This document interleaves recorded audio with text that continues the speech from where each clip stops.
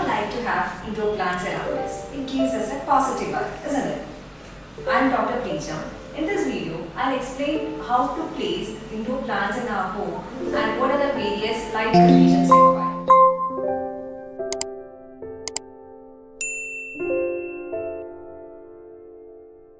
So basically, what are the indoor plants?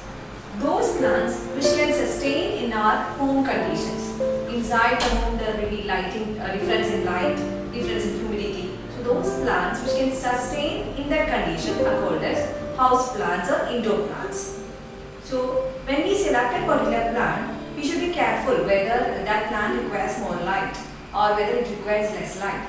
Depending upon that, if we place a plant at a particular location, it will grow. There won't be any other issues. Otherwise, there can be issues of leaves becoming yellow or the plant getting dried out, etc. So the basic thing is, when you go and select a plant from a nursery, we should see whether that suits to our home, whether it fits to the light conditions of our home. If it does not, just reposition it. Reposition that particular plant at a various location.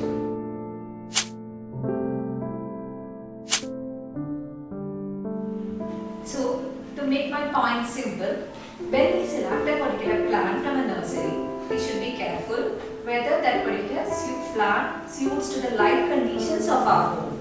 For instance, see this ficus plant. It's a plant with a bonsai type. It will be very good if I place it in the corner of my bedroom. But see whether there is ample light at that particular point. This plant requires light, and if there is no light, if that particular area is having only very low light, then if I place this plant there, it will start losing its leaf and the plant will die off. So just keep the plant in a particular area where there is ample sunlight. So that plant will strive for long. So consider the light conditions of your home. In some modern homes which is designed with courtyard or patio and all, there will be ample of sunlight. There you can even place a ficus plant or plants like terminalia, which will grow up as small tree. That will work fine there.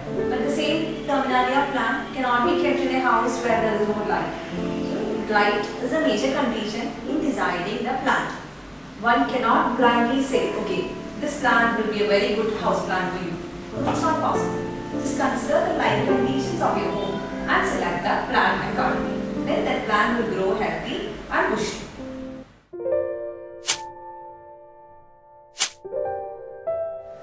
We can classify the interiors of our home into four based upon light conditions. One is the area where you get direct light from the sun. That means the window that is facing the sunrise or the sunset, or the doors that is facing the sunrise or sunset, where light directly comes to your home. That area is very suitable for certain types of plants, like flowering plants, then ficus varieties, etc. grow well in that area. There you get bright direct light, the one which is shown as one in the image. Then the second one is bright indirect light. That is that particular area where sunlight gets reflected and falls off. For example, sunlight falls into your particular balcony or somewhere, and then light gets reflected and it falls into a particular area of your home. That area also is suitable for growing plants. That is marked as 2 in the figure. That area is called as bright indirect light. Then there is another area where it is called as medium light, which is slightly to the inner part of our home. You can actually classify medium light where if you are able to read at that particular point, read a book at that particular point without using the support of an artificial light, then that is called as medium light. For example, if I am able to read at this particular point without switching on the bulb or tube, then this area is having medium light. Slightly more inner area is the low light. So based upon this classification, we can select the plants. See, there is also another scientific way of doing this. It is a device is known as lexometer is available. So this lexometer actually helps to find out how much lux. Lux is a unit in which light is measured. So how much lux is available at each point. To make things simpler, even this lexometer is available in app format. So once you install install this app in your mobile, you can check how much lux is available in this area. Based upon that, you can classify the interiors into bright, medium, etc. You don't want to have the headache of how to do this classification. This app Lexometer actually helps in that.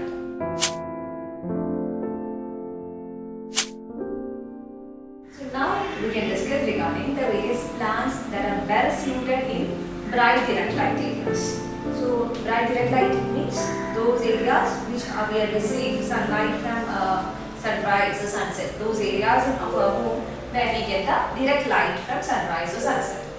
Those areas, plants which are suitable are croton varieties. They grow well in those areas. Then cactus succulents. Then flowering plants like ixora. See, these plants and all, you will get the flowers only when it gets ample of sunlight. If you place this plant elsewhere in the home, if you place it in a medium area or low light area, these flowers won't appear, and the plant will also start to show symptoms of not receiving light. So this has to be placed in those areas where bright direct light is there. And the plant which grows well in bright direct light is jade.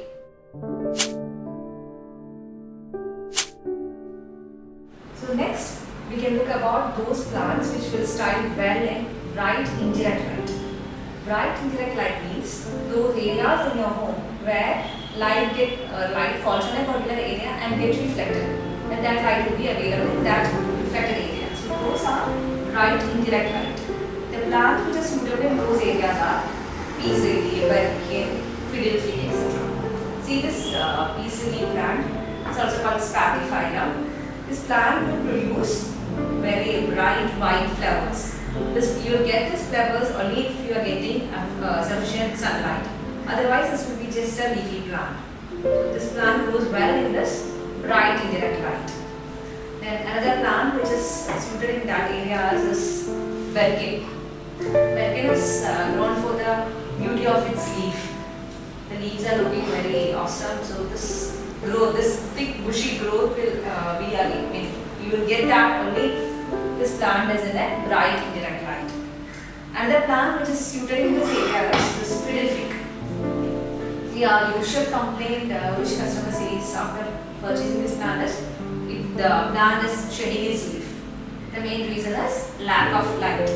Only if this plant is receiving ample amount of indirect sunlight, this plant will grow healthy. In the portion of indirect light, you can place all these plants and they will grow well.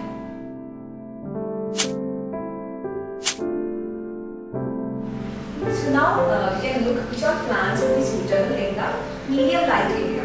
We usually our office table or inside part of our house and all will be having this medium light. The plants which are suited in those areas are the plants belonging in Calathea family. Calathea family, see these plants, they belong in Calathea family, so their leaves are very sensitive. You cannot place them under sun. If you just take this plant out and keep for half an hour itself, you can see the leaves will start drying out. The leaves are so sensitive. Those plants will grow only well in a medium light. These Calathea family plants. Then another one which is suited in the area is this enjoy pothos. This plant is also growing very well in medium light. It will start to climb down like this. You can get so many trailers for this enjoy pothos if you keep that in a middle area where you are getting a medium level of sunlight. Then another plant which you can keep in those areas like in your doors, where in the side of your pathway, etc. is this rubber plant. Rubber plant is having a very high polished leaves. So the beauty of the plant is this leaf. These leaves will be looking very polished. This makes this a very good choice for an indoor plant because it doesn't need any maintenance as well as it's thriving well in medium light.